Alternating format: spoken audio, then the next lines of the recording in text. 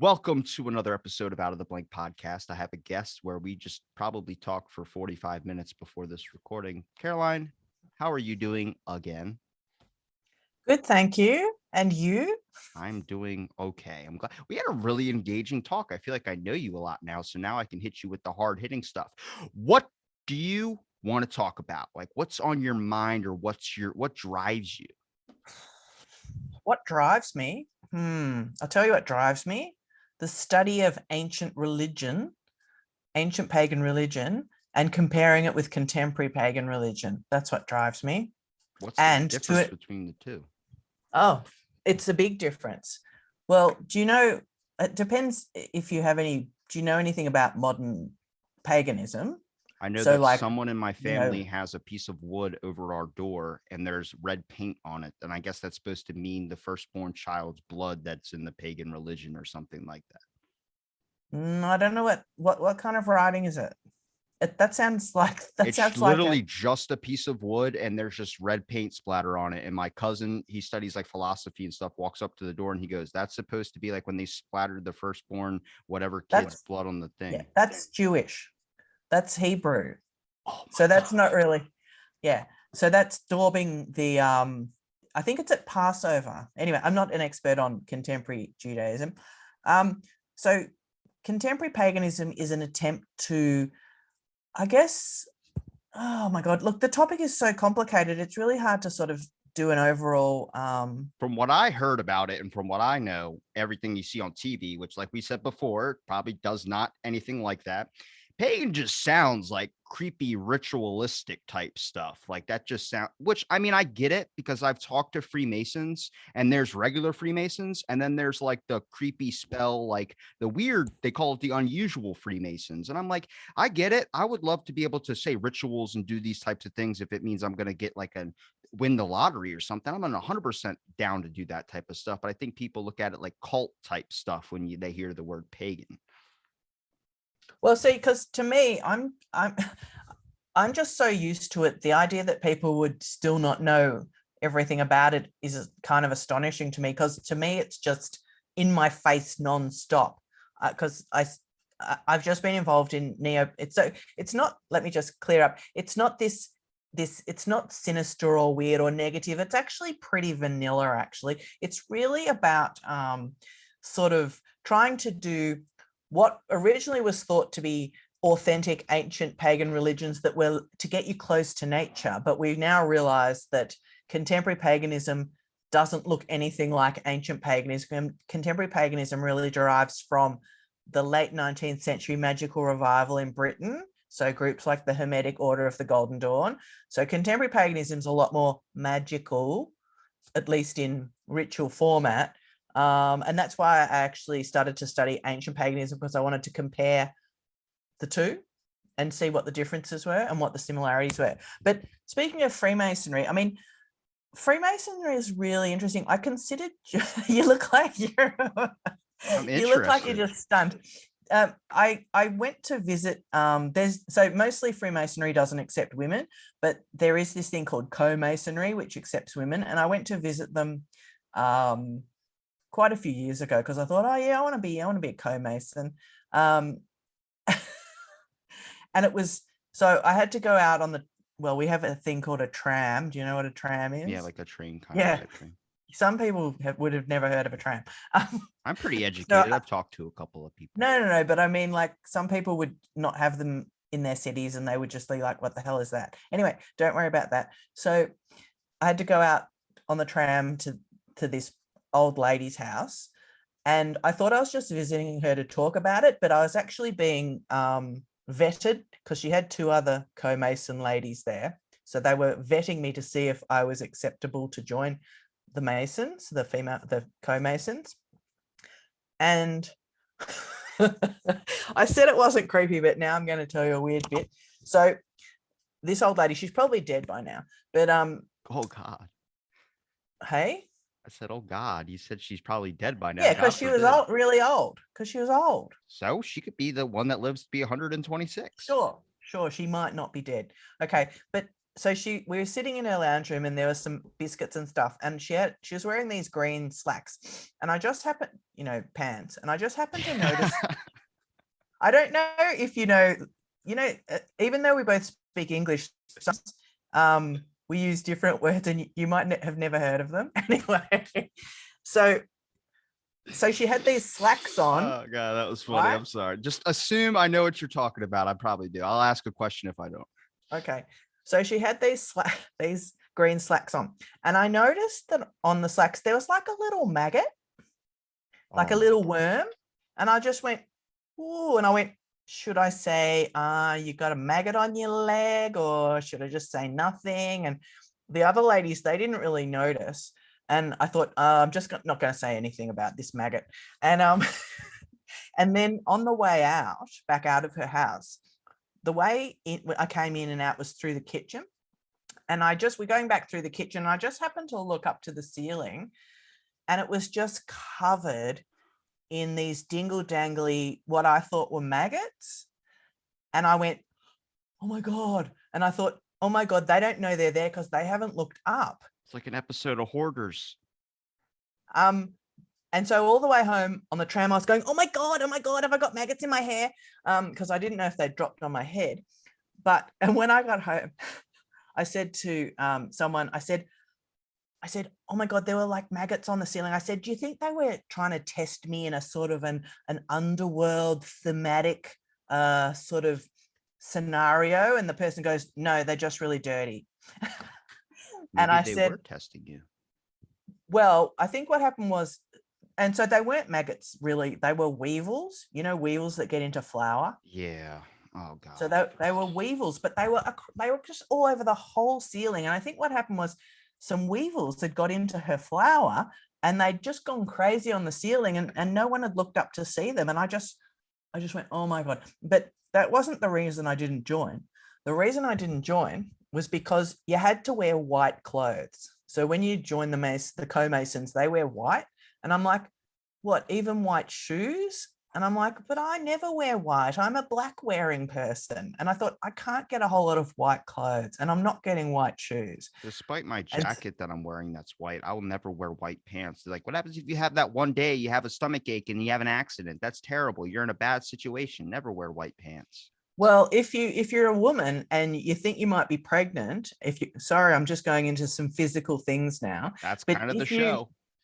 So if you feel that you want to try and encourage your period to come, the best way to do it is to wear white jeans and go out somewhere, because you don't want your period on white pants. So if you want to try and get your period because it's not coming, put on some white jeans and go into the city or something, so that you would be extra embarrassed when I've said for so long now, the Out of the Blank podcast is educational. Whether it's the education you're looking for, I don't know, but whatever way you slice it, that's awesome.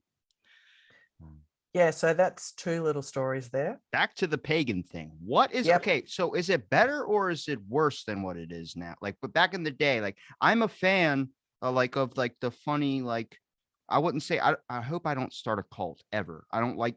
I've talked to plenty of people that have left cults, and I'm fascinated with the psychological trauma that goes behind it. Like you're basically kind of like a child entering the world for the first time, even though you might be 30 or something, because everything you've believed and everything that you've learned or everything you've really experienced has been to kind of benefit this type of group or committee, or I would say. And then now you've got. You mean if you're born in the cult? Yeah, like I've talked to, I have plenty of friends that are ex-Jehovah's Witnesses, and there are some obviously that are going to be worse than others. It's not shaming anybody's experiences or anything like that, but it's about like there are some people like Scientology. I've talked to people from there, and I don't like the whole disconnect from the family. I could never picture that. Like somebody telling me, like we talked about off air, was like somebody telling me to do something. I kind of want to do the opposite, but it's like very, very interesting to me because I think everyone nowadays is a cult leader, especially if you want to talk about social media. We all have followers, correct? Like, I mean, like we all have this like giant grouping of people that want to listen to us talk, and then they end up like, oh, I don't like what you said because you said this, and they want to unfollow you or something. But it's kind of like this gathering of followers is what social media is. The only difference is that these people aren't like you're not like a microphone person. You're just on a keyboard typing, and it's a little bit of a different transition, but and still has some of the same effects. There are some people that will come to your aid just on things that you tweet without actually knowing who you are. And they don't even know the full story of things too. You see fights on Twitter 24/7, and it's not supposed to be like that. It's supposed to be a way to engage and have these conversations like me and you are having. But I was like, if you want to have real followers, go to some homeless people and give them a sandwich. Then they'll kill for you. They will literally kill for you if you give them food. But people go, I like that's a little too much. I want something ease of access where I don't have to leave my home. I can say and find a bunch of stuff and get a bunch of people on my side without even looking into it. And I'm like, you see it all the time in comments. Okay, but I've just got to explain that contemporary paganism, it really is very anti-leader. It doesn't really have leaders. There's certainly some people are more charismatic than others. And of course, as in normal life, charismatic, interesting people do things, and a whole lot of more timid or less charismatic people kind of are glad someone's doing something so they can join in. But it's not, it's actually, they're actually quite down on leaders, and it's certainly not cult-like. Maybe in the 60s there was a potential for that, and certainly I guess you could think of some examples, but it's not. So it's the occult, but that means hidden, so it's occulted. But paganism, it's you know, anyone who, well, not anyone, but there's so many people that'll tear you down if you try and, you know, Practice or no, if you try and set yourself up as like some sort of leader who has that people should, you know, obey or anything like that. All you can really do is propose your certain ideas, and if people like you, they like you. They don't. But it's not about other people. So paganism isn't about people. well, I mean, see, it's about I'm learning people here practice now. it, but the aim of it is got nothing to do with people. The aim of it is to have a relationship with the planet and the universe, and to try and understand why we're here on this planet and what we should be doing. Can I ask you a quick question? Yep. Is that why you're also like fascinated with like the deep sea type stuff too? Because if you look at those shells, the dimensional shapes and all that too, that kind of leads into a bigger thing of the universe. I think someone kind of shattered my illusion on the world a little bit, especially with talking with so many people that study psychedelics, and like they try and relate it to spiritual things, because everything you kind of witness and experience like that is so mind bending and kind of like really tears down the walls that you built up in your head to show you like a true self or show you a true purpose of what this really energy of the universe is, which I'm in 100% belief of. But when you really like examine nature, for instance, everything is so like symmetrical, like everything's like shapes and geometry, everything's like in this weird patterns and mixtures of colors that are really like, to think that there's not like this planet that we're living on, we know it's alive, but when you say that word, people don't truly understand what that means. They think it's like, okay, yeah, the planet moves around, it's spinning around an earth, and it's got wind and plants and the trees are alive. There's something deeper there. There's like a deeper energy thing there. Like it seems like with all this, my theory is with all this negative energy that a lot of people put out on a daily basis, because life is just really hard. I wouldn't say it's like social media. I would say it's a mixture of things, that the earth runs off of our energy. And when we die, our energy goes into it and becomes another thing, maybe grows into trees or this type of thing. But the positive energy that the earth could actually run on will be running 1,000 times better than it's running right now. But right now we're having climate crisis, we're having weather crises, we're having so much going on because the world's just been running on this de factor of negative energy and negative experiences, because every interaction in modern society right now, besides maybe a positive one like me and you are having, are very, very negative. You're hearing people flick other people off because they're driving stupid and getting their aggression out on the people around them. And it's like, not a lot of people want to look inside and deal with it. So you're not running properly as a person. The earth's not going to run right either. You know, there's billions of us on this planet. If everyone's Yeah. upset or if everyone's in turmoil, then you think the planet's not going to be affected by something like that? Yeah, well, James Lovelock proposed, also Oberon Zell, there's a fight about who did it first. The Gaia Hypothesis, which is the idea that the planet is a conscious living entity, or maybe, I think, I can't remember if one of them actually said conscious or one of them was just more like I don't think James Lovelock would say it was conscious because he was a scientist, whereas Oberonzell's a neo-pagan. But anyway, they both sort of came up with this thing called the Gaia Hypothesis, or Gaia Hypothesis, named after the ancient Greek goddess of the earth. Gaia. And yeah, it's just really that, I mean, it's just that instead of being just this separate sort of group of components on the planet, or as the scientific revolution tried to make it, some sort of machine that humans can dominate, it's a complete living entity. Some people have said that kind of arrogantly, they're going, well, you know who the brains are of the earth? Humans and dolphins.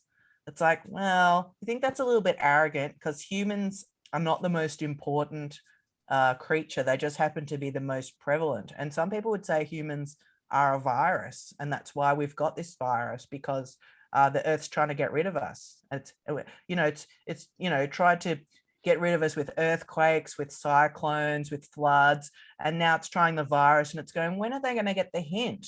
Get lost. I'm sick of you monkeys. I talk about like our exploration of Mars, and they're starting to figure out that Mars might have had like a civilization on it. It's this dry, barren planet that might have had water at some point. And I was like, could that be the Earth? If there was a species, I'm not saying there is, but if there was a species that lived on Mars, and imagine they're like in the same situation we are in right now, where we're just giving negative energy into the thing. You think the planet's going to handle it well? And after generations upon generations of running on that type of energy, it's not going to just give up. It's not going to just end and turn into a dust planet like Mars. It used to be this bountiful thing. They're starting to realize with water and all this. And it's like, yeah, I don't consider it that like another factor. I consider it's like you put in what you get out. And right now everyone's giving out all these terrible energies, and it's just getting put right into the earth. It's getting thrown into this way. And it's interesting, because people will say, like, if humans are intelligent and then dolphins are intelligent, that's true, but you're missing some common core factors when it comes to, there used to be an old study in at least the States called plant perception. They considered it debunked. They said that plants can't have emotions or thoughts or feelings. We can talk to our plants, but it's really the carbon dioxide that gives off in our breath and things of that sort. But I'm like, so the study, I think they need to relook at it, because they only performed it 265 times, and only 23 times it was proven that they do sense feelings. And what they did was they took a little boiling pot and they put shrimp in it. And then they put sensors like to tell if you're lying, those little things on the plant, to try and record if it gives off any type of spikes or anything like that, noticing that these shrimp are dying right beside it if it could feel that. And only worked like 23 times out of the 260 something. And I'm like, look at that deeper, because if you talk about the trees in Africa that are able to change the color of their leaves, knowing that an insect is eating their leaves, and they're able to connect through the roots, so a deeper system there, then maybe there's something, a different frequency. I think that everyone's on a frequency, whether you want to talk about psychics, when you want to talk about thoughts, whether you want to talk about anything. I think everything's on its own little radio channel. And I'm like, when are we going to find out the plant radio channel? Like, there's something deeper there, because it seems like I talk about during the pandemic, it was like, don't get into large groups. I'm like, it's the fucking happening with M. Night Shyamalan. You can't get into more than groups of 5 people or the plants will kill you. I'm like, look at it. If you are thinking from an earth perspective, if you gave this personification, which I think is why I love Greek mythology so much, is because you're giving personification to environmental things. Poseidon is the sea, Zeus is the god of all gods, and thunder, whatever you want to say. It's a way to try and describe something that seems undescribable. And I think that's important. And that is throughout our history. See, we're always trying to put science on 1,000 times of everything. And then we don't like the science, so we consider it a no. I'm like, consider it a possibility. Instead of saying it's wrong, consider it a possibility. It's more important to have possibilities in many different outcomes. It's like having 50 apples compared to just having 1 apple. This is the king of all apples. I'd rather have more. Well, listen to this. There's this woman called Monica Galliano, and she is a scientist who studied plant consciousness, and she's got a book called Thus Spoke the Plant, and she's easy to Google. You can easily Google her. And she, so she's a scientist, but she also goes down to South America and takes ayahuasca, however you pronounce ayahuasca, and the ayahuasca plant actually helped her formulate the experiment that she went back up into the university situation and did. And you can easily Google her, and there's lots of interviews with her where she'll explain it better than me. But yeah, she's she's done scientific tests on plant memory and plant consciousness, but she's also really into psychedelics, and that's really interesting. But also in regard to Mars, you just reminded me, and paganism. There's a pagan church called the Church of All Worlds, and it's based on Robert Heinlein's science fiction novel called Stranger in a Strange Land, and that's about a guy called Michael Valentine Smith who was raised on Mars by Martians, but then he gets brought to Earth and he starts a new religion. No, well, he does eventually. Yeah, about to say, there's a book I think Neil deGrasse Tyson mentioned in an episode I was listening to him or an interview. He talked about a kid that was born on Mars, and then when he got moved over to Earth, he died after a few years or something, like 10, 15 years or something like that, because his body was adjusting to the gravity, and his body it developed on Mars, and it didn't know what Earth was like, and Earth was it's like Superman scenario, except Superman was on a planet with 10 times the gravity of Earth. So when he comes here, he can fly around and do all these insane type stuff and stop a bullet and yada yada yada. And he's raised on a farm. Yeah, but I don't think this guy had any superpowers, but he did introduce this activity called sharing water, which was like the sacrament of the Church of All Worlds, because on Mars there's hardly any or no water, and I don't really remember if they must have had water up there for this in his theoretical novel. For him to have known about water sharing. But yeah, so they so there's this particular pagan church, and the sacrament is you just have a big chalice of water and you just pass it to someone and you say, share water, and they say back to you, never thirst, and then you drink the water. So that's quite a nice little bit scary, but I really like that. How is that scary? How is that scary? The words you say, if you're saying never thirst, to me, I'm like, modernize that shit. Just say, I'll never go thirst. I'll never die of dehydration. I don't know. Put a scientific spin on it. You could. It's not a rule that you have to say never thirst. That's where this is. I'm not saying this is how I think, but I'm saying this is what people are, when they hear something like that, it immediately gets into everything they've been shown in a cult movie, where it's like, oh my God, one of us, part of the group, and then they snap your neck, and then you go to the Bebop comment. That's not what I know. That's not what it is, though. What I'm saying is, it's actually very, very interesting, because if you look at what the point of that sharing the water is supposed to be, is that you're willing to give up the thing that keeps your body going to someone around you. It's a better community aspect of things, but people don't see it that way. But that is less weird than eating the body of Jesus in the form of bread and drinking his blood. His blood. What is this, a vampire religion? That's what I'm saying. That's why I'm not religious at all. Sharing water is pretty unremarkable, I think. Look, as much as I poke at religion, it's not asking for any kooky beliefs or suspension of logic or anything like that. As much as I poke at religion, I also understand the importance of it as well too. But I'm not religious. I dip my toes in both ends of the pools. If I make fun of one, I got to make fun of the other. But I do agree with you. The bread thing is a little bit freaking weird. And I just don't like the church, because anytime I ask a question to the church, they always go, they actually told my grandparents when I was little that I had to stop coming around. They had to stop bringing me because I was asking way too many questions and I wasn't happy with the answers I was getting. It was like, just because. I'm like, because why? I want to know these types of things. You got a curious kid asking questions. And people, like I said, the people that are really like into the cults, like that I talk to, the people that leave them and all this type of stuff, is because at that time it's either all you know or you adopted into it because of the fact you needed that. You need something to believe in. You need a higher power. And I've had what I would call maybe a religious experience where I saw a butterfly. I was in a really bad point in my life. I saw a butterfly fly across a road and just get missed by a car. And I was like, that's all of us just floating through life and just getting missed by that car. But then like a minute later, I was like, if that car would have hit the butterfly, I would have had a totally different experience. Life sucks, pain is hell, all this type of stuff. And you just realize it's really how you spin it. That's why I'm a big pro guy about flipping the script. There's so much that we don't understand, and people want to assume that they know everything rather than they admit that they know nothing. And apparently that's a quote from Socrates. And I thought I was onto something amazing, but no, I was going to write a book. Just kidding. I can't write or read. But I think it's important that people look at things as not just having one outcome, but possibly having multiple. So they're not so upset when they find out like, oh my God, wait, that was a lie. And this is what the true story was. It's like, no shit. No shit. The fact that people say that water is H2O, I go, that's not true. They go, what are you talking about? Everything tells you water is H2O. We label it H2O. What does someone else call it? What does another religion call it? What does another person in a different civilization call it? What do they call it? It's different depending on where you're from and what you know and what's surrounded around you.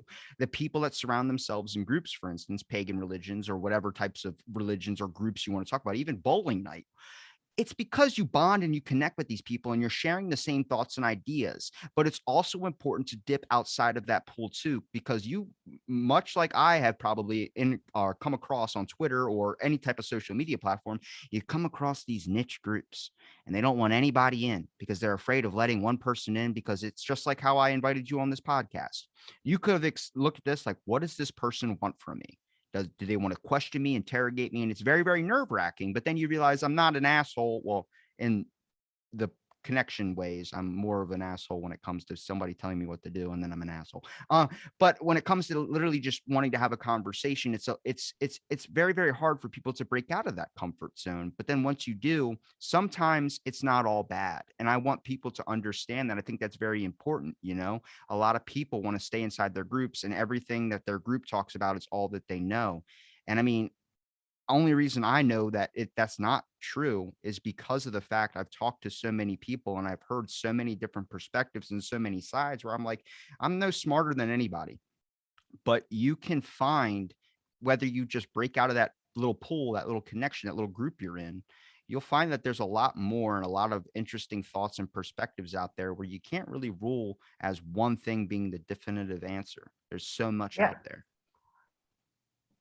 I think people like to get a set of beliefs that they go, oh, okay, that's what I believe. I don't have to think anymore. Whereas if you keep getting challenged, or someone's going, your belief is wrong, or you find out yourself that it's part of or your whole belief or whatever is wrong, you go, oh God, now I have to do more investigation. What a hassle. I've got a bit of discomfort. You know, I'm not feeling secure now because what I believed is not stable. It's you know, it I mean, the thing is, I know I'm going back to paganism again, but my approach at least is to pull everything apart. Like, for example, astrology. I pulled astrology apart until I couldn't possibly believe in it.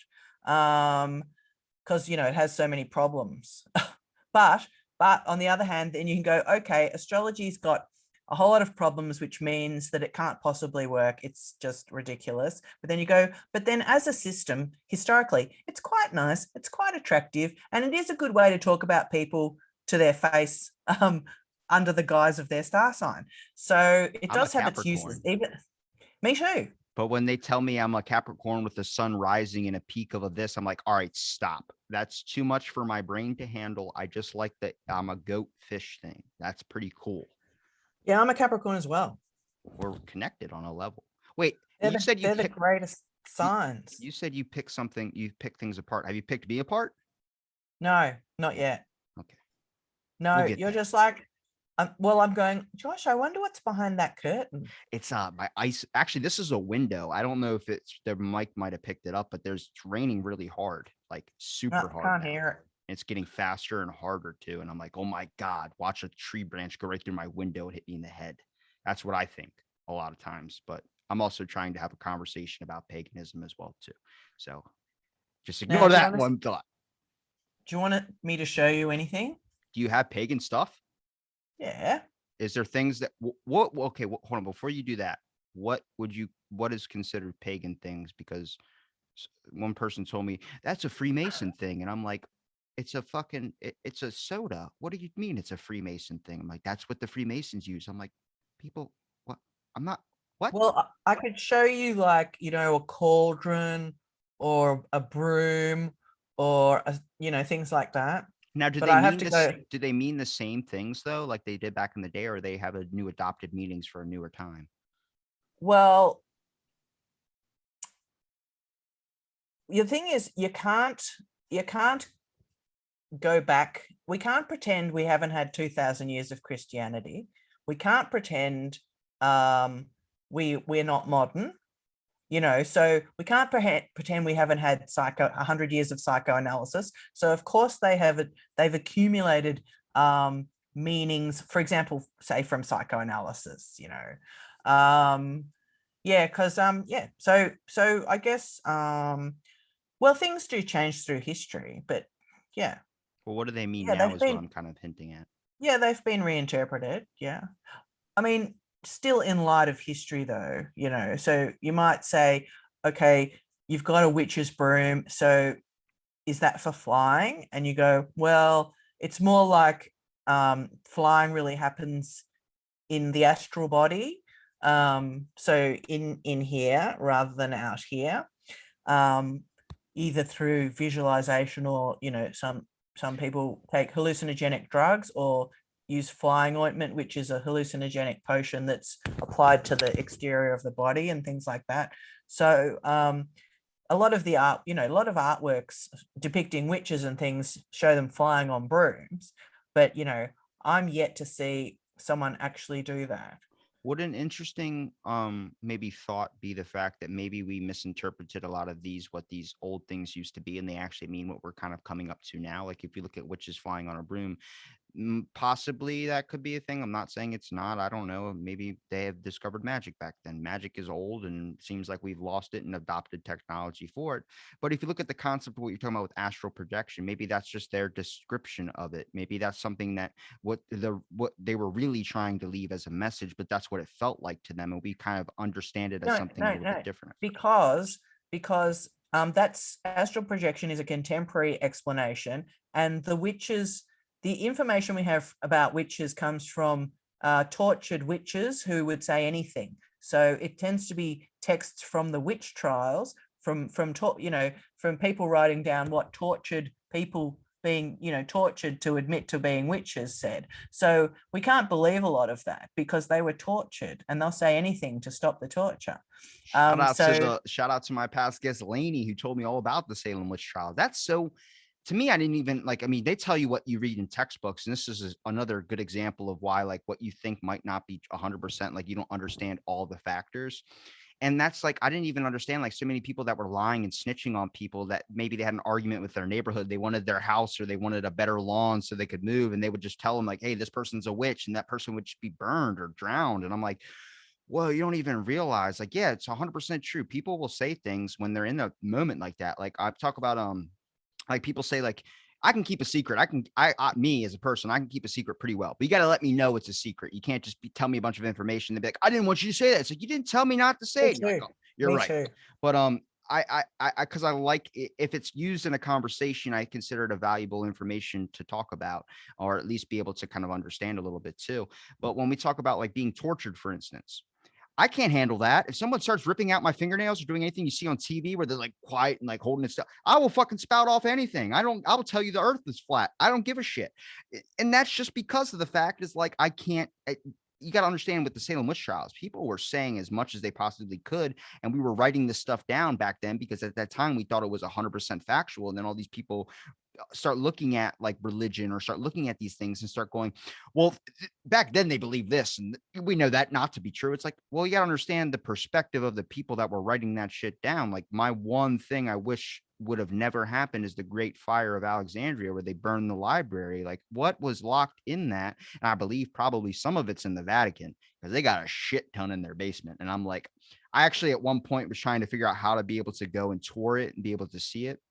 You need 7 recommendations from 7 different churches. You need to be in the temple or involved in the religion and all these different ranking systems for 10, 15 years. I'm by the time I'm in it, I'm 65. I don't plan living past 26. So I'm not making that one. Have you seen the book by, what's his name? Hang on, I just got to look. Wait. If you pull out the Holy Bible, I'm going to lose my mind. Oh, where is it? Hang on. There was this book written a long time ago. Oh, no, this one, Brian, is it? Yeah, Brian Marescu. So he's looking at the use of psychedelics in the ancient world, but he got into the Vatican archives and was able to do a lot of research in there. And he's not an academic or anything. He's just Yeah, he's a lawyer. But anyway, so I haven't actually got up to the bit where he got into the Vatican, and I don't know what recommendations he had, but it's not impossible because, yeah, you have to have recommendations, but it's not impossible to get in because they have to let researchers in. They can't just hog it. I think They my can't. brain goes a little bit more towards like other things. I guess it's just not it's not something like there's people that do things that don't really believe in it or really pursue it long enough because they just don't have the effort in it. Like I always talk about, if I owned a company, I wouldn't hire someone that was better suited in an education status to be able to do it. I would hire someone that was actually passionate about it because that person's going to go home and do more research into it and on their free time, not just on the clock because they're getting paid for it. And that's what you see across jobs. So many kids go, you need me for this job. I don't really care about it. And it's like, what do you mean you don't care about the job? It's a job that we're hiring you. It's just an opportunity. And they're like, because I can get a job anywhere. You see my education status. But if you get a person that is, I need this job. I love what this thing is. I want to do it 100% every day. I think about doing this. And then it's like, you end up getting a better employee. I know, but you'd have to have a pretty good business for someone to really want to do. Because, like, for example, some jobs would be terrible, and you really just you'd be lying if you said you really loved them, and you'd have to just pretend. You have to go, I love this, and I definitely want to do that. Yeah. My one buddy Yeah. works So as a NASA engineer, and he went and he didn't even know he was going to do that. He just fell into it. He was trying to be an army person. Then when he got out, he needed a job, and NASA was hiring, and he was like, I didn't know anything, and then I picked it up, and it's all pretty simple if you know coding and stuff. And I'm like, see, that's the thing. It's like you don't know what you're really good at until you end up it falls into your lap. It's a factor of the universe. So many people are, and I think it's an issue when you're a kid too, is that people tell you you can be all these amazing things. And it's like, instead of telling you that you can be anything, we label it, you can be president, you could be this, you could be that, you could be this, an astronaut. It's like, you could be anything. Just say that because it lets them not be so damaged when they can't pursue being an astronaut because there's other factors that come into play. Let's talk about a person that can't handle G-force well. They'll die if they go into outer space because they physically can't handle the pressure. Now you just told that kid his whole entire life that he could be an astronaut, and now physically he cannot. So now he's coming through a conflict of emotion of not being able to find out, my whole path is gone now. What am I going to do if I train my whole life for this? I'm like, just tell them they could be anything. It leaves the whole imagination, the grand scam or the grand scheme of things, not the scam that you have to be this type, or you can be this, you can be that, you can be anything. So then when they're 30 and they own an IKEA store, they're fucking happy. okay, now that you've mentioned NASA, that reminds me of another occult thing, and that is that there's a really famous occultist called Jack Parsons from Los Angeles who was instrumental in the American space program in the 1950s. Are you He is sure a it's not rocket Warner von scientist. Braun? No, Because Warner I von don't know. Braun is I don't know who that is. Warner I've never von heard. Braun's, like, you see the NASA spaceship, that's Warner von Braun's idea. A lot of our technology that goes to our space program is Nazi ideas. It's Yeah, Nazi well, no, this is research. an American called Jack Parsons, and he was mostly involved in development of rocket fuel, not so much the spaceship design. But he was a famous occultist, and he ended up actually blowing himself up because he was mixing some sort of fuel. And well, the story is he dropped it and it blew up, and he blew off some of his body parts, and then he died. But some people think maybe he was killed, assassinated. But there's no proof of that. So, It's kind of but like that's another. during this gas shortage that the states had, there was a bunch of people that were filling up gas tanks, and there was a picture of a Hummer that exploded because the dude was storing gas in the back of it, and then the heat from the sun just burned and combustible. And I saw photos of people, what looked like people putting petrol in plastic bags. Yeah, people were putting It's it in so laundry hampers with dangerous. the holes, like the laundry hamper with the holes in it. They were putting gas in it. And Why? I think there are some people, I'm not going to call them idiots, because there are some people that have information that's valuable somewhere else rather than, and sometimes we come across people that don't have any common sense. I've talked to plenty of academics where there's like, you're only good in this one area. You can't manage to talk about anything else but the thing you've been so diversely involved into. So I understand it 100%, but that's like, that's where it leads into, I don't think you need to have an education or you need to have a giant degree to be able to get a certain job, is because you could find valuable stuff anywhere. I'm a quick learner, but I only have an associate's. And I mean, that's for drug counseling and stuff of that sort. So it's like that's nothing in the grand scheme of like someone that's doing NASA research or trying to benefit society by inventing a new type of thing that deteriorates plastics. I'm just like, yeah, I'm trying to help people get off drugs, man, because there's a mental health crisis in the world and it's not stopping. It's fucking ramping up twice fold.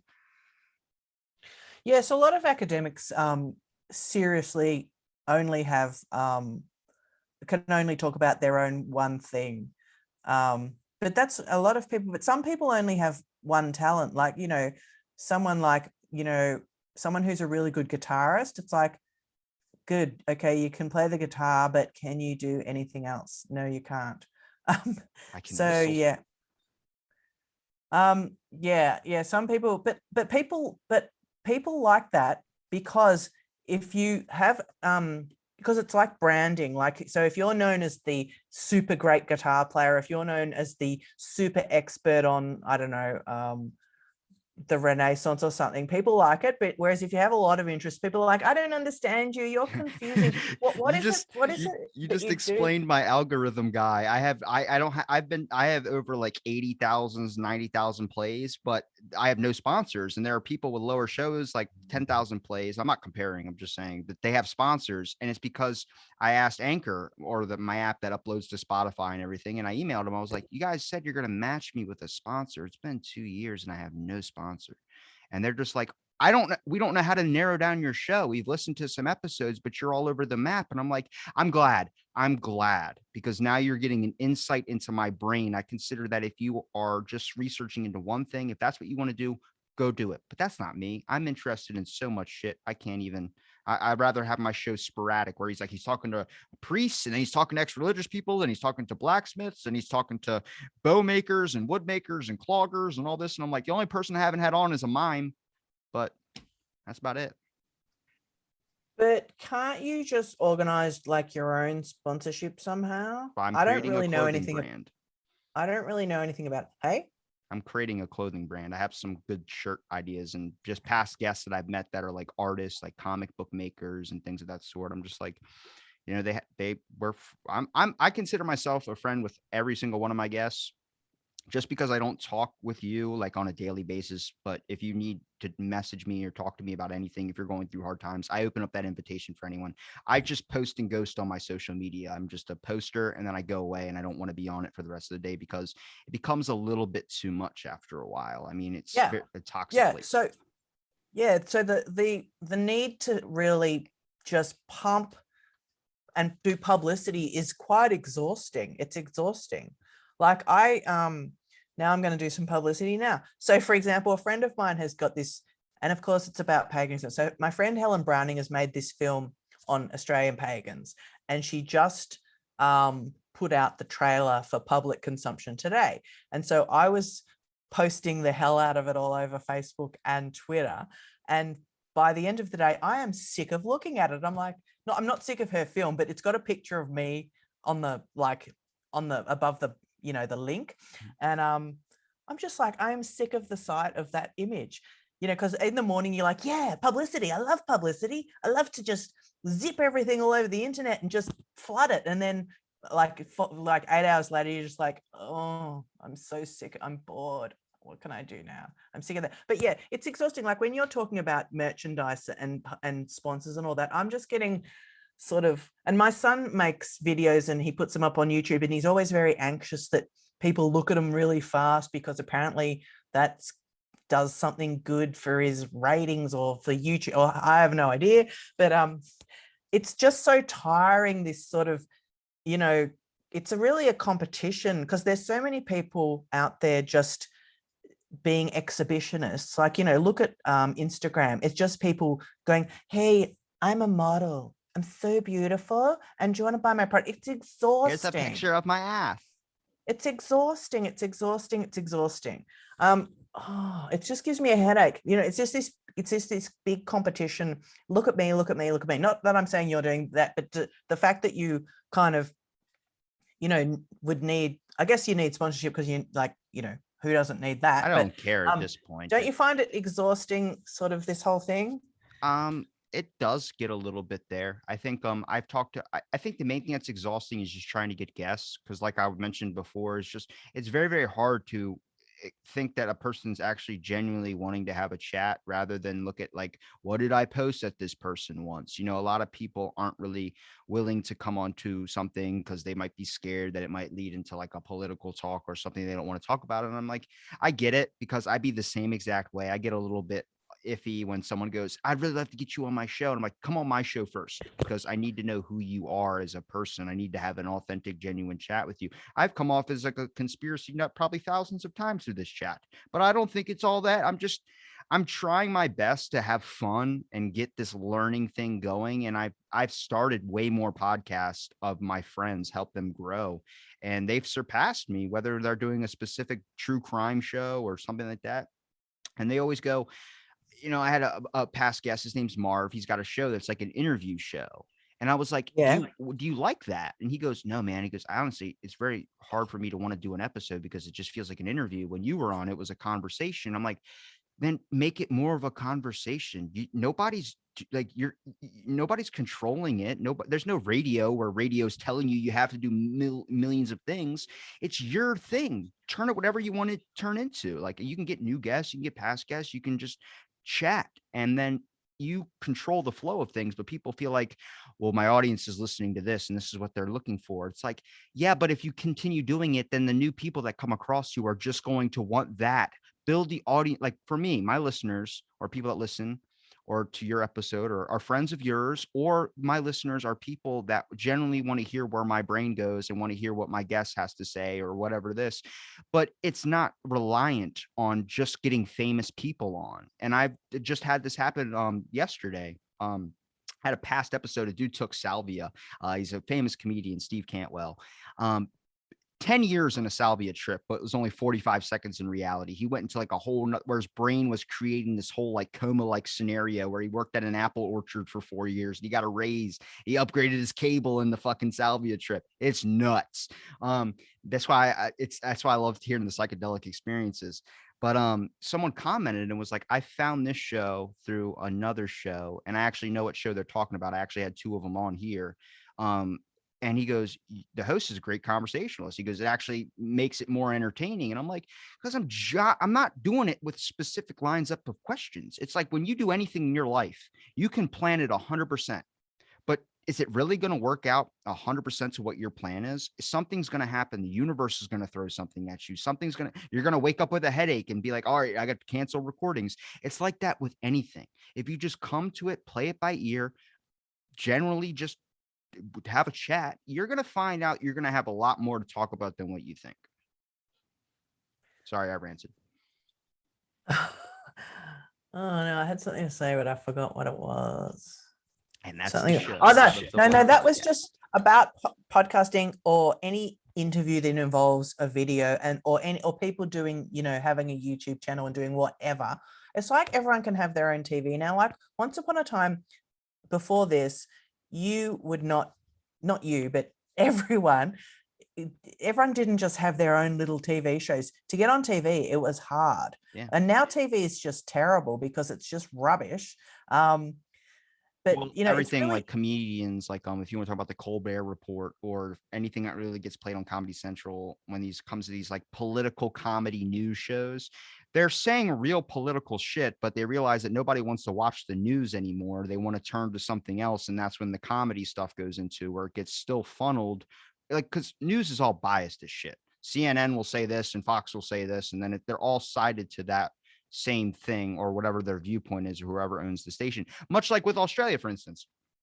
Best example, I give you guys so much credit because you guys were going to ban Google and then ban Facebook. I was like, that's why I said DuckDuckGo earlier, because that's another search engine that'll give you real search engine results rather than Google that will hide so much shit, because and that is part and parcel with, I think, our minds have misconstrued the idea of what the internet and what these Facebook social media platforms are as information sources, but they are privately owned companies where I think there needs to be a bigger legislature in there, because I know the Google ban for you guys was about ad revenue.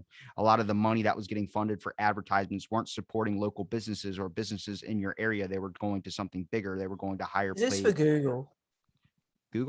Google. What was that for Google or for the Facebook thing? I can't remember. Oh, no, this is for Google. Google, when Right. you would search up like a certain business maybe in your area that would actually be more known to you, like a search, here's an option near you. They were just giving you the main giant like ones that are in like conglomeration with Google or with the owner of Google that are actually getting paid more. And that's when Australia had a problem. Like, we need to put a ban on that shit. And that's when America over here looked at that like more closely, like, hey, that is true. You need to do this. And then the issue was Google was like, all right, then we don't need Australia. And then when the states hopped on that train, they were like, we need the states. So then they opened it up to now they're going to let everything kind of be a little bit more open. But there's still like so much like slying and moving the goalposts and shit. And that's with anything. Twitter was banning certain search results, like Fauci emails is a popular trending hashtag on Twitter right now.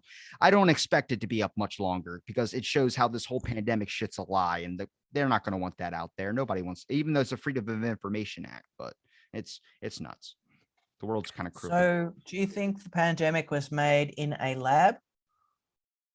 I think you can't rule out that possibility. I know now they're searching back into it and they're starting to find out that scientists were sick with the same symptoms of COVID way before the lab break even was exposed to more of the world. There was actually happening in 2019. I just feel like they piled so much shit on top of something. And then now they're trying to find a way to 180 it back because they realize the truth is in the back. And they don't want to come out as like, everything we said was bullshit. Here's the real truth. I'm like, honestly, at this point, it's not even about a conspiracy. It's just about finding the truth. People want to know. I mean, people lost loved ones. And I look at that angle, like how many people couldn't see or give medical stuff to older people or family members or something like that. And then that lack or that severe process of trying to get someone food or trying to get someone medication and all this, because certain stores were only open certain hours and you had to wipe stuff down and all this. And they ended up dying or something. I'm like, look at that, man. Like that's kind of with that podcast I was mentioning you with Josh Rogan. He talked about how China was looking, the CCP, not China, the CCP was looking at it more different than the states were, because the states were looking at it like, we have all this many people dead, we need to find the truth.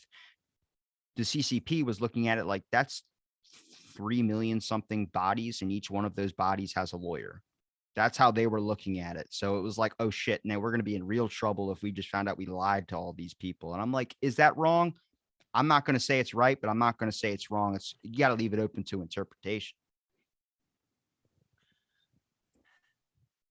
Well, I think we probably shouldn't even go down that path in case China's going to listen to this. I hope they come to my doorstep. We don't. Well, I don't want to have any. I don't want any sanctions from China. If I get shot in the head in like the next month in a news article, everyone knows it was because of what I said about the CCP. Whereas I'm saying nothing. No, I'd say stuff, but I'm not going to say it on this podcast. Okay. Because I don't want it to be like I don't want to have it as that I said this as a on record. So we better get off that topic. So I know it's a good topic though. You strike me as a person that has been like, when I look at you, I say seasoned. When I mean seasoned, I mean you've probably had some amazing. You mean like a chicken? Like a roast chicken? No, like a crab with Old Bay seasoning, like we were talking about earlier. Oh, no, right. But like more like because I think I don't really talk to people that are like younger than me or younger than 18 because they really haven't been seasoned. Some have for sure. They've been through some shit. Like you see a person, you're like, that kid's been through some shit. But when I look at you, I picture like you've had some amazing life experiences. Like I picture like a motorcycle, you're driving down the mountains or something like that, or something crazy like that. That you. Oh, I wish I was doing that. Well, maybe in a different form when it comes to like you've experienced something that maybe it's interesting that a lot of people don't know about, or you don't really choose to say because you've lived it. Like I had one woman, the person I was talking about that read tarot cards to me, his name's Gordon. His wife, we were talking. And she's like, yeah, my husband's a tarot card reader. I'll get him on your show. And then she was like, I used to hunt polar bears and do all this type of, back at the time when that was an actual issue in the place that they lived at, not when they were endangered. But I was like, what? You don't ever, I have never even heard of anybody hunting polar bears. And she was like, it was a long time ago, back in like the 70s. And I was like, all right. Whew. Oh, I used to work in a shearing shed. That's awesome. Where they shear the sheep. What else did I do? I used to work in a bank. Did you ever get robbed? Where else? I used to be a tapestry weaver, so that's like medieval style tapestry weaving for 14 Or years. don't skip over that one. That one sounds interesting. Go to the tapestry thing. Okay, so gosh, I just wish there Could was you a make me a picture. better curtain than this ISIS thing that I have in the Yeah, background? but it would be expensive. Oh, It would God. be expensive. I'm broke. So basically it's a place called the Australian Tapestry Workshop, and it's in South Melbourne, which is like that way. It's that way. For the audio only listener, where she's pointing to her I'm in the left. north. I'm in the north of Melbourne. South Melbourne is that way. Anyway, so the Tapestry Workshop makes big giant tapestries for public places, like, you know, foyers of big buildings, or the museum, or the art gallery, you know, the national, well, not the National Gallery, the State Art Gallery, things like that. So I worked there from 1996 to 2010 as a weaver, and we wove, there's heaps of it. I mean, you can easily see it on the internet. It's the Australian Tapestry Workshop. It used to be called the Victorian Tapestry Workshop, but because this state is, the state that Melbourne is in is called Victoria, but we realized that people thought we meant the Victorian period, as in the 19th century. No. So we had to change it to the Australian Tapestry Workshop. And yeah, but I don't work there anymore because I ended up going and working at University of Melbourne instead, teaching ancient world studies.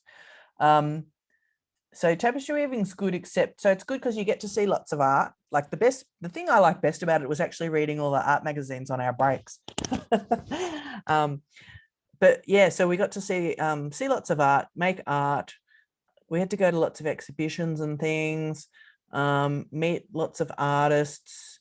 Yeah, it was quite good, but it's really bad for your wrists, and it's a bit bad for your back. Like I've still got, my wrists are still a bit stuffed My from wrists that. crack a lot. And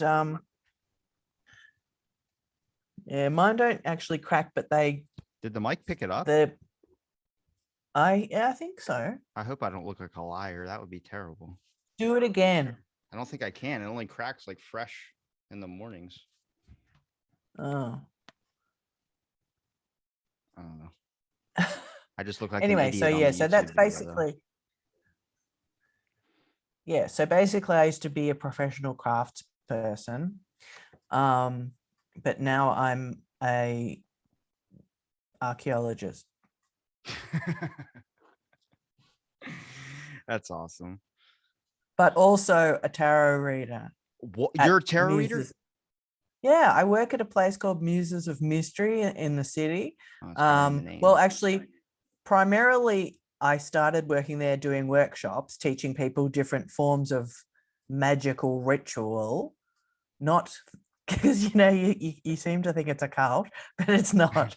It's occult, but it's not a cult. Anyway, but then I started working as a tarot. Well, and now I used to work as a tarot reader in the 1990s, probably because before you were born, in a shop called Mythical Moon.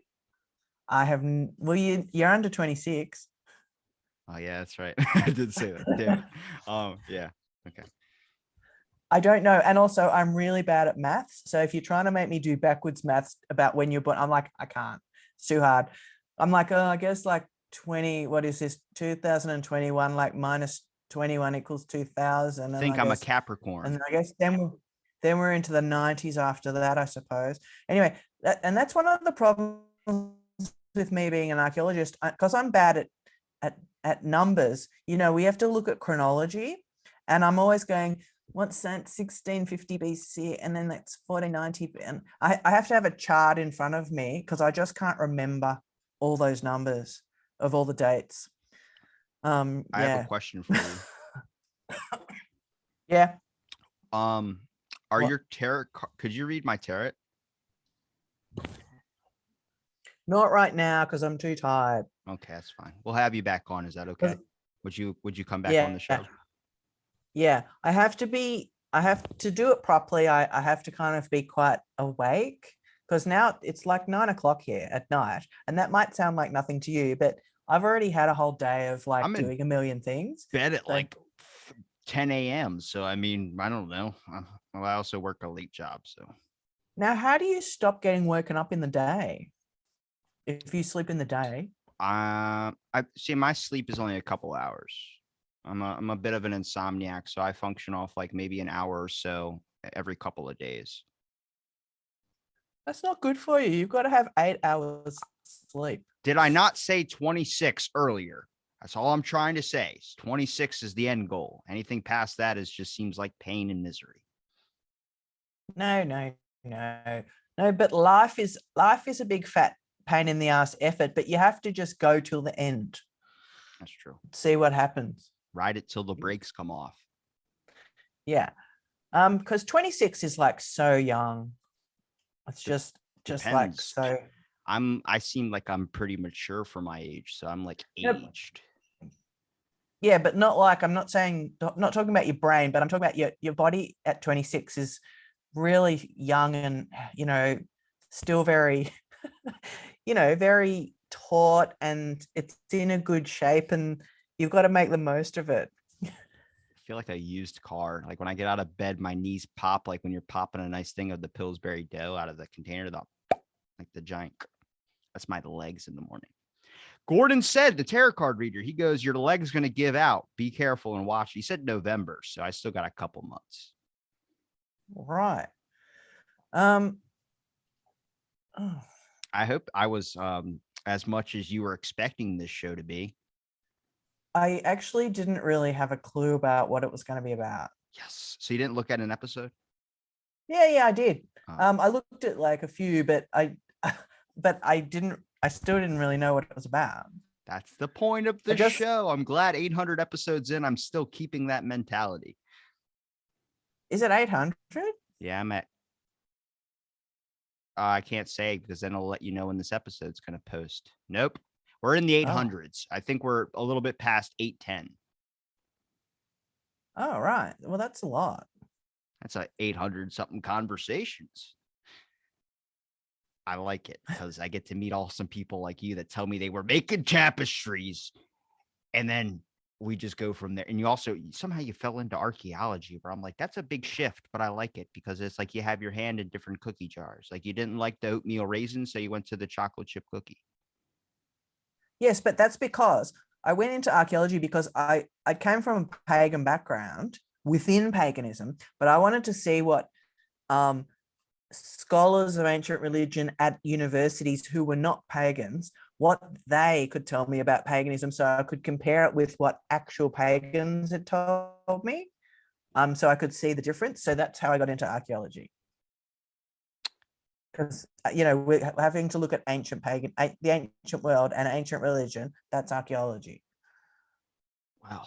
That makes a lot more sense now. However, the archaeology that I've actually done on the ground has been in Israel and has been, well, I guess it's been the Philistines. So the excavations I've worked on have been in southern Israel, and they're the Philistines. I've also worked at Caesarea, which is not southern, it's on the coast in Israel. That's more like a Roman period site. And I've also worked in Australian Aboriginal archaeology. You've lived a life. Well, I'm very old. You look like you're 37. Thanks. I'm much older than that. You don't have to say your age. This is part of my. This is all part of my cunning plan. It's called my false internet front. Like I had a pagan joke. I didn't want to say it. Never mind. We can skip over it. Oh, go on. You were saying, I know, you said that you were actually a lot older, and I was just like, it's all that baby's blood. It's a joke. It's a bad one. I won't say it. I'm kidding. We know it's not true. Okay. You just moisturize.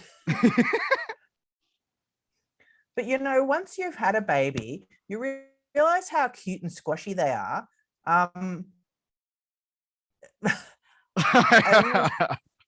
You don't want to eat them. I'm just saying. They're like little marshmallows, I don't know how anyone could don't compare them to food. What are you doing?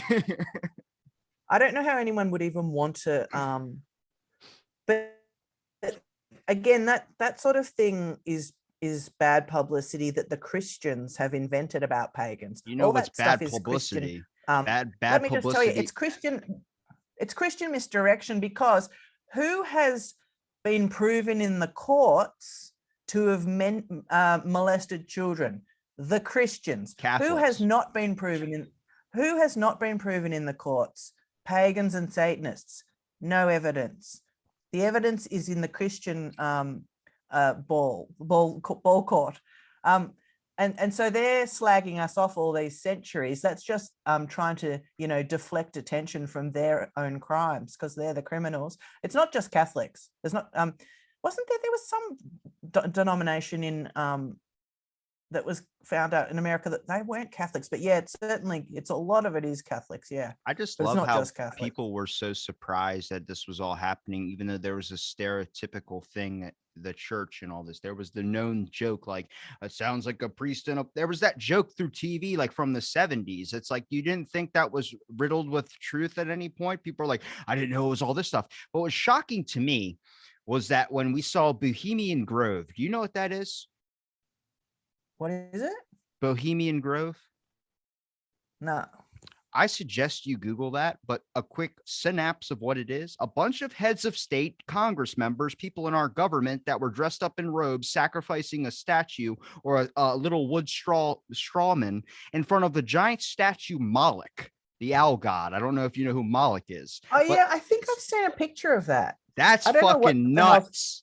I don't even know what's going on there. I have no idea. It's like the Freemasons. It's like supposed to be this fraternity, joking, old ritual type, fun type gathering. But the question is, why are they our giant government officials that are doing this stuff like this? And it's like, I don't know. And it leads into all this Epstein stuff. And we're not going to talk about that this episode. Right. Do you have Yes, anything that to promote yourself? Because you've been promoting everyone else around you, which is awesome of you. But do you have your own book? Do you have anything? Oh, I do have a book. I'll show you. There we go. Let's talk about your book. Well, I've got lots and lots of articles on my academia page, but this is actually my book. It's The Cultic Life of Trees in the Prehistoric. I still don't know Aegean, that word. Aegean, Levant, Egypt, and Cyprus. So this is my book. That's the other side. Oh, it's a bit hard to see. And it's got lots of lovely, I'm just going to show you inside. Pictures? Hang on. Yeah, it's a big book. I'm not used to showing it like this, but it's got lots of pictures, but also lots of text. So yeah, that's my book, published by Peters of Leuven, which is in Belgium. Yeah, it is a big book. I'll just put it next to my head to show how big it is. And I'll compare it with a small book. Let's see. Oh, they're all too far away. Oh, here's one. Hang on. I'll compare it with a small book about Santa Muerte. So that's a small book. This is a big book. It's a big book.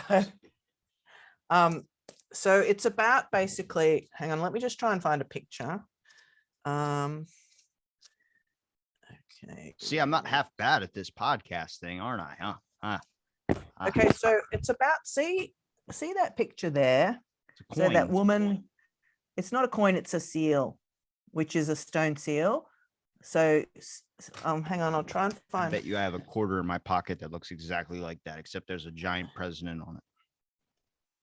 I'm just trying to find a color picture. I like how you don't laugh at my jokes. That's okay. Oh, sorry. Because I'm foreign. It's because I'm foreign. It's okay. I don't like fake laughter. Anyway, they're not coins. So anyway, it's about basically it's about images where people look like they're either worshipping trees or they're doing a religious ritual and there's a tree in the space, like it's on top of the altar or it's next to the altar, and they date from the Bronze Age Aegean. So that's Crete in the Bronze Age. So that's about between something like, say, 1700 to 1490 BCE. So that's, quite a long time ago. It's a while. So that's what my book is about. Well, Tree worship. I'll make sure I link all your links in our description too. But do you want to end on anything? We've been talking for a while. Let's see. Not gonna God. admire my hair or anything. Do I want to admire your hair? I admired yours. I just thought I'd give a compliment back. Well, Good Lord. could you turn around a little bit? How do I turn around? Turn your, Why do you need to see the well, back? because I need to see the whole lot. I got to see it all. I'm like a mullet. I'm only good from the front. Well, I saw a bit of it, so let me see. Just let me see. Okay, I can see some. Oh yeah, yeah. Your hair's sensational. But I notice you've got a beard, but you haven't got a mustache. Yeah, because I can't grow one. You know what? I tell you whose mustache I love. Do you know John Waters, that filmmaker? He just does this line. I love that mustache. I want a nice one, like an old-timey bar one that curls up. Well, why don't you just get a stick-on one? No, I only have this beard here because and people say I look like Tom Holland, so I just have the beard, so it kind of distracts me from Tom Holland. I don't know who that is. The kid who plays Spider-Man in the new movies. Oh, I'm guessing you don't watch any of those movies. not real. I can't keep up with them. Yeah, that's true. There's too much information just coming at me. I get really worn out, you know? I just get worn out with information just coming at me every day in my face. And I'm just like, stop. That's the world. That's why I post and ghost. You got to take a break from it all. You need to have times to sit. Like I've been doing recently is sitting on my back porch and just soaking up the sun, mostly because I was looking pale in a lot of my videos. But at the same time, it's nice to sit and relax, have nothing going on. I like to have headphones in and listen to like a podcast or something. And my phone was just blip, blip, blip, blip, just all over notifications, and I had left it inside to charge. And I was like, I can't even turn them off. So I just took the headphones off and listened to the world. It makes this symphony of noise when it comes to the trees swaying and the birds chirping and my neighbor that likes to mow his lawn all freaking day. And I'm like, bro, one day, just let me relax. That's all. Isn't that lawn mown by now? Well, no, because he likes to also. How big is it? Well, it's small. We live in a small, like barely any grass, basically. But what he does is he's retired. So all he does is mow his lawn instead of go out into the world and explore. He just mows his lawn. And what I mean by that is he'll start his lawnmower. I forgot something. And then he'll go inside his house for an hour and then come back out and fill it up. And he go, now I'm ready to mow the lawn. And then he'll answer a cell phone and then let it go again. And I'm like, all you're doing is wasting gas and you're polluting the earth. What are you doing?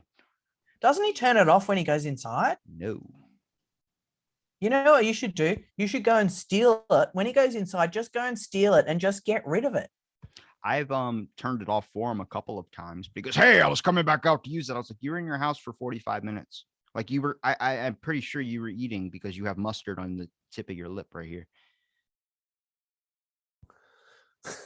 Oh, well, he sounds a little unreasonable. You know what? Maybe he should get fake grass. I don't know. I don't like being lied to by my lawn, let alone when people wear makeup. It's like lying to me. Well, I've got makeup on, so I'm lying to you right now. Yeah, but we're not like in a relationship. I've got eyeliner on. It looks good though. What? So if someone's in a relationship with you, they can't wear makeup? I just prefer be yourself. Why would you want to glory up or something? If I don't like how you normally look and I only like you with makeup on, it just doesn't make sense to me. I'd rather you be you. You know what I mean? That's why I have an issue with filter effects on photos. So many people don't want to be themselves because the photo makes them look 1,000 times better, and everything that they see is people through photo effects. I'm like, just be the real you. I know. People should love you for. It's because there's all this pressure, especially with Instagram. I mean, there's this pressure to, that everyone has to look like a model. Yeah. Those photo filters are really weird. They're weird. I have one that gives me blue eyes and I look good. That's all I got. I have to go to the bathroom. I have a very old, my camera is like really old. So I don't think my camera, which is a phone, I don't think it does any of those things, but I've seen other people's cameras do them. I've seen things, and I've heard I've some things. I see dead people. Do you really? No, that's a lie. That's from a film. I know, No, Sixth I'm Sense, not. but my grandma saw dead people, so I was just wondering. No, I'm not really into ghosts, but I do go to the cemetery quite a lot. Just sit and read a book. No, me and my friend had picnics there, and also, what? Why are you having a picnic in a cemetery?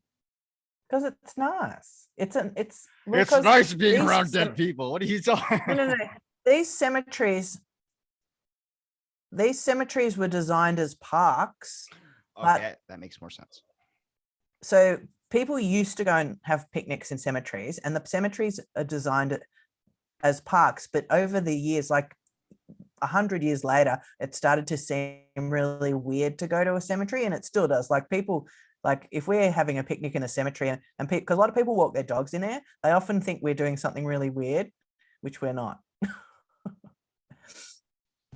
I'm But gonna end there's the. a lot of good stuff. It's like a giant park. I said I'm gonna end the show What? now because I have to use the little boy's room. Okay. Is there anything you want to end on? Can we I have you can't back really on think again? of- Can we have you back on again? Yeah, hopefully I'll have something different to say. I This don't know was if I fun. will. I had a lot of fun. Good. Me too. You should So do you have cut this down a lot?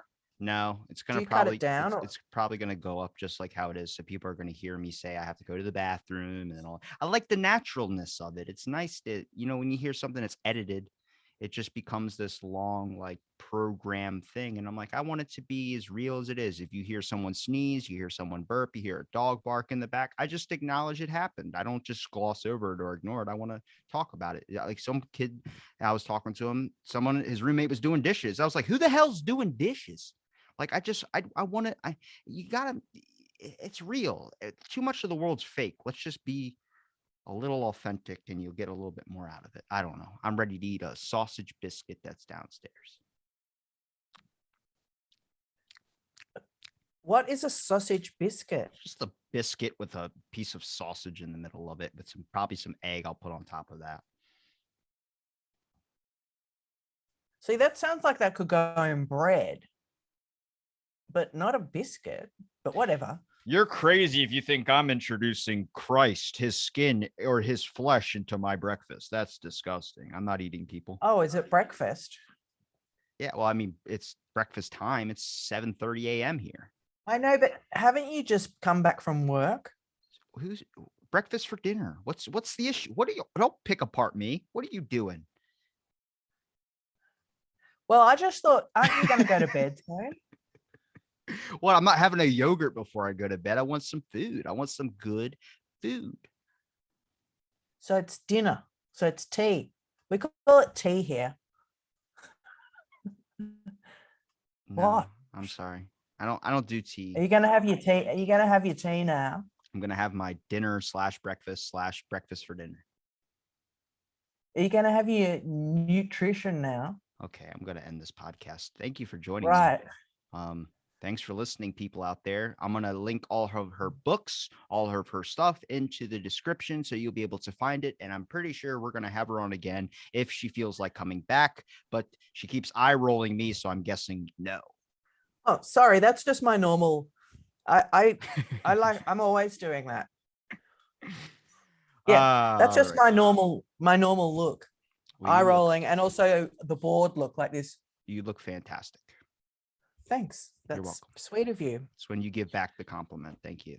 Oh, and you look fantastic. Thank you.